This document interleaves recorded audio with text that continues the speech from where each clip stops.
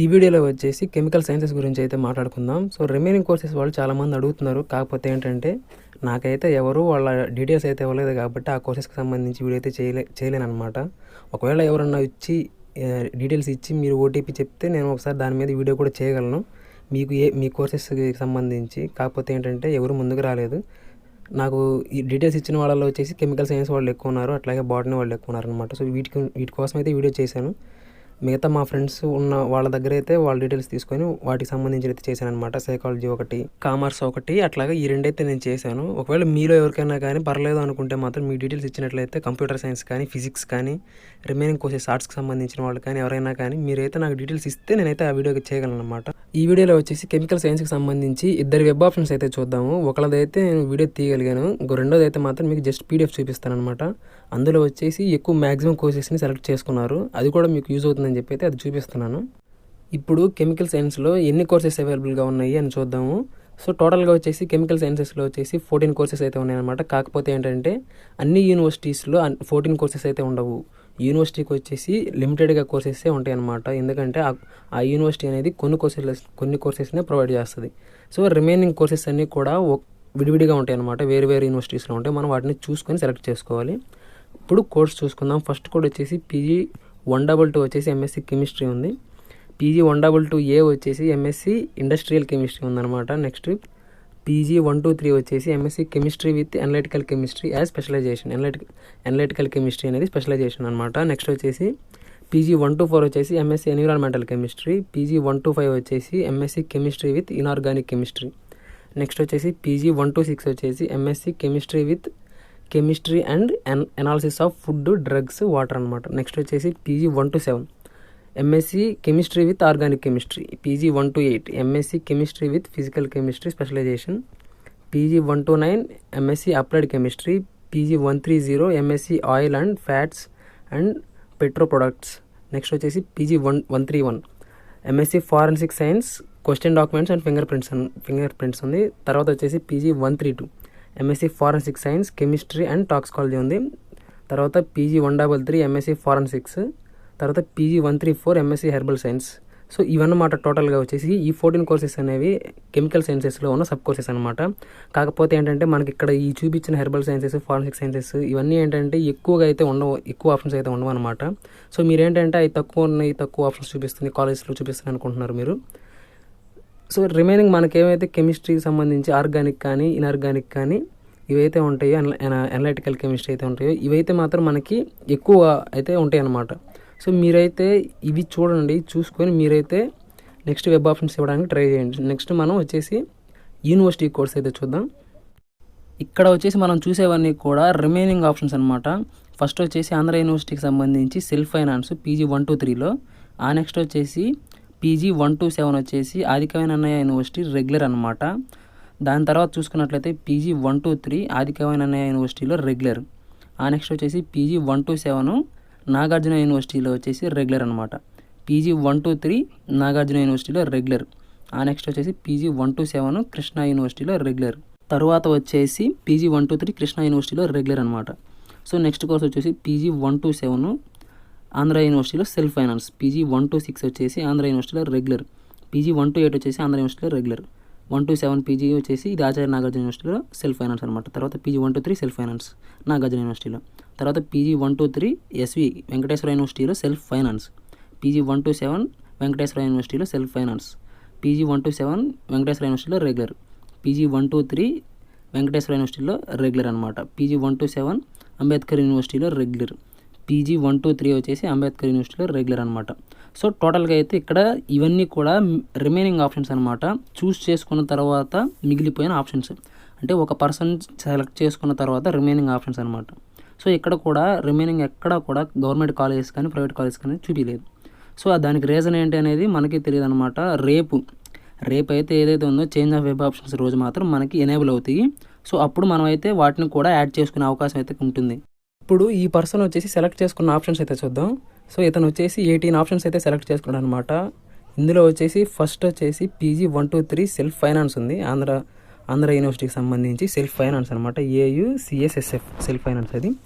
Next course వచ్చేసి PG 127 second course వచ్చేసి ఆదికవి నన్నయ్య యూనివర్సిటీలో రెగ్యులర్ పెట్టుకున్నారు. తర్వాత వచ్చేసి పీజీ 1, 2, 3 ఆదికవి నన్నయ్య యూనివర్సిటీలో రెగ్యులర్ అనమాట. తర్వాత నాగార్జున యూనివర్సిటీలో రెగ్యులర్ ఏది పీజీ 1 to 7. నెక్స్ట్ కోర్స్ వచ్చేసి పీజీ 1 to 3 వచ్చేసి నాగార్జున యూనివర్సిటీలో రెగ్యులర్. నెక్స్ట్ వచ్చేసి పీజీ 1 to 7 వచ్చేసి కృష్ణా యూనివర్సిటీలో రెగ్యులర్ అనమాట. తర్వాత వచ్చేసి మనకి పీజీ 1 to 3 కృష్ణా యూనివర్సిటీలో రెగ్యులర్. సో పీజీ 1 to 7 వచ్చేసి ఇక్కడ ఆంధ్ర యూనివర్సిటీలో సెల్ఫ్ ఫైనాన్స్ పెట్టుకున్నారు. తర్వాత పీజీ 1 to 6 వచ్చేసి ఆంధ్ర యూనివర్సిటీలో రెగ్యులర్ పెట్టుకున్నారు అనమాట. తర్వాత వచ్చేసి పీజీ 1 to 8 అనేది ఆంధ్ర యూనివర్సిటీలో రెగ్యులర్. తర్వాత పీజీ 1 to 7 వచ్చేసి ఆచార్య నాగార్జున యూనివర్సిటీలో వచ్చేసి సెల్ఫ్ ఫైనాన్స్. పీజీ 1 to 3 వచ్చేసి నాగార్జున యూనివర్సిటీలో సెల్ఫ్ ఫైనాన్స్ అనమాట. నెక్స్ట్ కోర్స్ వచ్చేసి పీజీ 1 to 3 వెంకటేశ్వర యూనివర్సిటీలో self finance. Next PG 1 to 7 వచ్చేసి వెంకటేశ్వర యూనివర్సిటీలో self finance. PG 1 to 7 Venkateswara యూనివర్సిటీలో రెగ్యులర్. పీజీ 1 to 3 వెంకటేశ్వర యూనివర్సిటీలో రెగ్యులర్ అనమాట. నెక్స్ట్ వచ్చేసి పీజీ 1 to 7 అంబేద్కర్ యూనివర్సిటీలో రెగ్యులర్. పీజీ 1 to 3 వచ్చేసి అంబేద్కర్ యూనివర్సిటీలో రెగ్యులర్ అనమాట. సో టోటల్గా అయితే ఇవి ఇతను చూస్ చేసుకున్న ఆప్షన్లు అయితే ఇవన్నమాట. కొన్ని రెగ్యులర్ కిందకి కొన్ని సెల్ఫ్ ఫైనాన్స్ పైకి ఉన్నాయని చెప్పి మీరు అనుకోవచ్చు. కాకపోతే ఏంటంటే అతనికి సంబంధించి ఆ యూనివర్సిటీలో ఆ కోర్స్ అనేది ఫస్ట్ ప్రయారిటీ అనమాట. అందుకని ఈ ప్రిఫరెన్స్లు అనేవి ఇట్లాగా జంబ్లింగ్ అయినాయి. సో మీరేంటంటే ప్రతి ఒక్కరికి కూడా ఇట్లా ఆర్డర్ అనేది ఉంటుంది. సో ఆ ఆర్డర్ అనేది ఎవరికి వాళ్ళు సపరేట్గా సెలెక్ట్ చేసుకుంటారు కాబట్టి ఇతను ఈ ఆర్డర్ అనేది ఇట్లా సెలెక్ట్ చేసుకున్నాడు. సో మీరు కూడా ఏంటంటే మీ ఆర్డర్ అనేది ముందుగా సెలెక్ట్ చేసుకున్నట్లయితే ఈ విధంగా వస్తుంది. లేదనుకుంటే ఫస్ట్ మీరు రెగ్యులర్ పెట్టుకోవచ్చు, లేదంటే సెల్ఫ్ ఫైనాన్స్ పెట్టుకోవచ్చు, సెల్ఫ్ సపోర్ట్ పెట్టుకోవచ్చు అనమాట. అట్లాగా సెల్ఫ్ సపోర్ట్ అనేది అది మీ చాయిస్. ఇంకా కాకపోతే ఏంటంటే ఇక్కడ ఇతను కూడా ఏ గవర్నమెంట్ కాలేజీని యాడ్ చేయలేదు. ఎందుకంటే ఇతను సెలెక్ట్ చేసుకున్న టైంకి గవర్నమెంట్ కాలేజ్ కూడా లేవన్నమాట. సో దానికి రీజన్ వచ్చేసి గవర్నమెంట్ కాలేజ్ ఆప్షన్స్ అనేవి కనిపించలేదు. తర్వాత మాత్రం మనకి 24th అయితే వెబ్ ఆప్షన్స్ చేంజ్ రోజు అయితే మాత్రం మనకు కనిపిస్తాయి. సో ఆ రోజు అయితే చేంజ్ చేసుకోవడానికి ట్రై చేయండి మిగతా వాళ్ళు కూడా. నెక్స్ట్ చూసుకున్నట్లయితే కెమిస్ట్రీకి సంబంధించి ఇది ఇంకొక పర్సన్ యొక్క వెబ్ ఆప్షన్స్ సెలెక్షన్ చేసుకున్న కౌంట్ అనమాట. సో ఇక్కడ చూసుకోండి, కౌంట్ చూసుకున్నట్టయితే టోటల్గా 26 అయితే ఉన్నాయి, 26 ఆప్షన్స్ అయితే ఉన్నాయి అనమాట. సో ఇతనికైతే మాత్రం ఖచ్చితంగా ఈ ఆప్షన్స్లో అయితే ఏదో ఒక ఆప్షన్లో మాత్రం ఖచ్చితంగా సీట్ వస్తుంది. కానీ సీట్ ఇచ్చేటప్పుడు మనకు ఫస్ట్ నుంచి ఆర్డర్లోనే చూసుకుంటూ వస్తారు కాబట్టి ఇన్ని ఆప్షన్స్ ఉంటే ఖచ్చితంగా సీట్ అనేది అయితే ఖచ్చితంగా అలాట్మెంట్ అయితే జరుగుతుంది. సో ఇక్కడ చూడండి, కోర్స్ కోడ్ చూసుకున్నట్లయితే బ్రాంచ్ కోడ్ అనేది పీజీ 1 to 7 ఏదైతే ఉందో అది ఇక్కడ ఫస్ట్ సెలెక్ట్ చేసుకున్న ఆప్షన్ ఏంటి, యోగివేమన యూనివర్సిటీలో రెగ్యులర్ పెట్టుకున్నారు అనమాట. సేమ్ కోర్స్ వచ్చేసి యోగివేమన యూనివర్సిటీలోనే సెల్ఫ్ ఫైనాన్స్ పెట్టుకున్నారు. సో ఇతనికి ఏంటంటే ఇక్కడ ఈ కోర్స్ అనేది ఈ యూనివర్సిటీస్లో ఫస్ట్ ప్రయారిటీ అనమాట. అందుకని ఇట్లా సెలెక్ట్ చేసుకున్నారు. నెక్స్ట్ వచ్చేసి వెంకటేశ్వర యూనివర్సిటీలో రెగ్యులర్ పెట్టుకున్నారు. సో నెక్స్ట్ కోర్స్ కూడా వచ్చేసి పీజీ 1 to 8 ఉంది. ఇదైతే వెంకటేశ్వర యూనివర్సిటీలో రెగ్యులర్ పెట్టారనమాట. తర్వాత కోర్స్ వచ్చేసి పీజీ 1 to 5. సో ఇది కూడా రెగ్యులర్లోనే పెట్టుకున్నారు వెంకటేశ్వర యూనివర్సిటీలో. తర్వాత పీజీ 1 to 3 వచ్చేసి వెంకటేశ్వర యూనివర్సిటీలో రెగ్యులర్ అనమాట. తర్వాత పీజీ 1 to 7 ఆచార్య నాగార్జున యూనివర్సిటీలో రెగ్యులర్. సో ఇక్కడ ఏమైందంటే కోర్స్ అనేది యూనివర్సిటీ చేంజ్ అయింది, కానీ కోర్స్ ప్రయారిటీ మాత్రం అదే ఉందన్నమాట. అది కూడా రెగ్యులర్కి సంబంధించి. నెక్స్ట్ కోర్స్ వచ్చేసి పీజీ 1 to 7 సేమ్ కోర్స్ వచ్చేసి ఆదికవి నన్నయ్య యూనివర్సిటీలో రెగ్యులర్ వచ్చిందనమాట. ఆ తర్వాత చూసుకున్నట్లయితే పీజీ 1 to 7 కృష్ణా యూనివర్సిటీలో వచ్చేసి రెగ్యులర్ కింద వచ్చింది. తర్వాత సెల్ఫ్ ఫైనాన్స్లో పెట్టుకున్నారు. అది కూడా శ్రీ కృష్ణదేవరాయ యూనివర్సిటీలో వచ్చేసి పీజీ 1 to 7 కోర్స్ని. ఆ తర్వాత వచ్చేసి నాగార్జున యూనివర్సిటీలో సేమ్ కోర్స్ని సెల్ఫ్ ఫైనాన్స్కి సెలెక్ట్ చేశారనమాట. సో ఏంటంటే ఇక్కడ అతని ప్రయారిటీ అనేది యూనివర్సిటీ దగ్గర వచ్చేసి సెల్ఫ్ ఫైనాన్స్కి షిఫ్ట్ అయిందనమాట. నెక్స్ట్ వచ్చేసి మళ్ళీ రెగ్యులర్లో పెట్టుకున్నారు. అది ఏమేమి కోర్సులు, పీజీ 1 to 3 వచ్చేసి ఆచార్య నాగార్జున యూనివర్సిటీలో రెగ్యులర్. తర్వాత పీజీ 1 to 5 వచ్చేసి నాగార్జున యూనివర్సిటీలో రెగ్యులర్. తర్వాత పీజీ 1 to 4 వచ్చేసి వెంకటేశ్వర యూనివర్సిటీలో రెగ్యులర్ అనమాట. సో తర్వాత వచ్చేసి పీజీ 1 to 3 అనేది కృష్ణా యూనివర్సిటీలో వచ్చేసి రెగ్యులర్. సో తర్వాత వచ్చేసి పీజీ 1 to 7 వచ్చేసి ఆంధ్ర యూనివర్సిటీలో రెగ్యులర్. తర్వాత 1 to 5 వచ్చేసి ఆంధ్ర యూనివర్సిటీలో regular. 1 to 3 Andhra university regular. 1 to 8 Andhra university regular.